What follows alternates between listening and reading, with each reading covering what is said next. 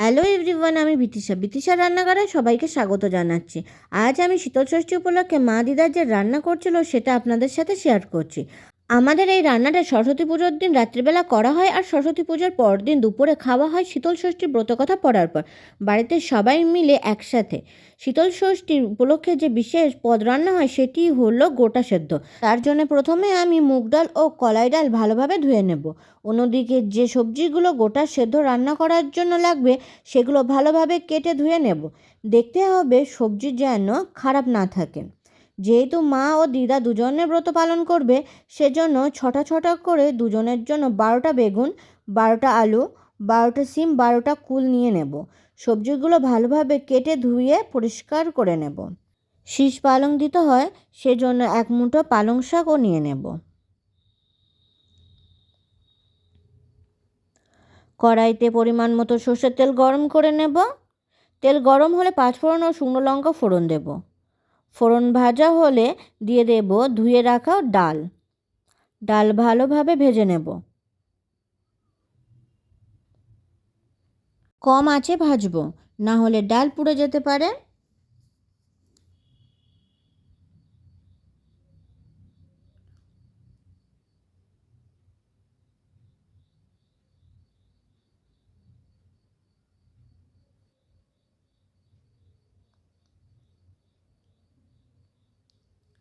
ডাল ভালোভাবে ভাজা হয়ে গেছে, দিয়ে দেব পরিমাণ মতো জল।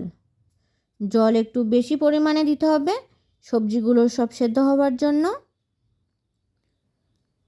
4-5 মিনিট ফুটতে দেব। 4-5 মিনিট ফোটার পর দিয়ে দেব আলুগুলো।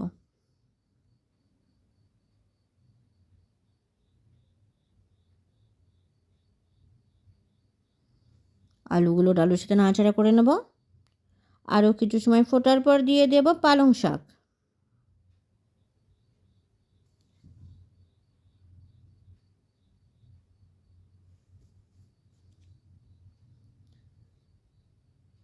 তারপর দিয়ে দেব বেগুন।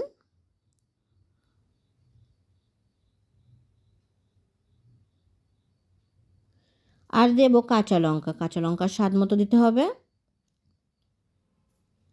আমরা যেহেতু ঝাল বেশি খাই সেই জন্য বেশি দিলাম, আপনারা আপনাদের স্বাদ মতো দেবেন। একটু নেড়ে চেড়ে নেব।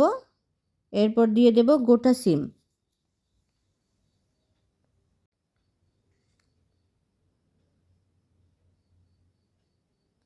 3-4 মিনিট পর দেব আদা বাটা। ডালের সাথে মিশিয়ে নেব।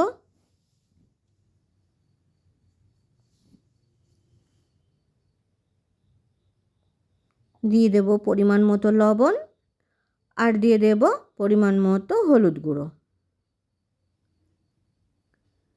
ডালের সাথে মিশিয়ে নেব। দিয়ে দেব জিরে গুঁড়ো, মরিচ গুঁড়ো।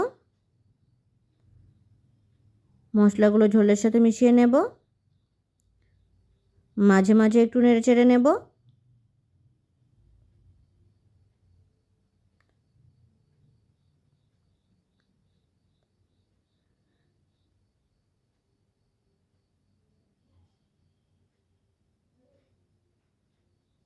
দিয়ে দেব অল্প পরিমাণে চিনি।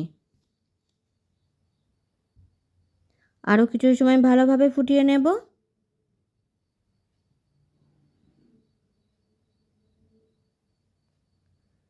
দেখে নেব সবজি সিদ্ধ হয়েছে কি না। সবজি সিদ্ধ হয়ে গেছে। তৈরি হয়ে গেছে শীতল ষষ্ঠী স্পেশাল গোটা সেদ্ধ। ভিডিওটি কেমন হয়েছে অবশ্যই কমেন্ট করে জানাবেন। আর ভিডিওটি যদি আপনাদের ভালো লেগে থাকে তাহলে চ্যানেলটিকে সাবস্ক্রাইব করতে একদম ভুলবেন না। ধন্যবাদ।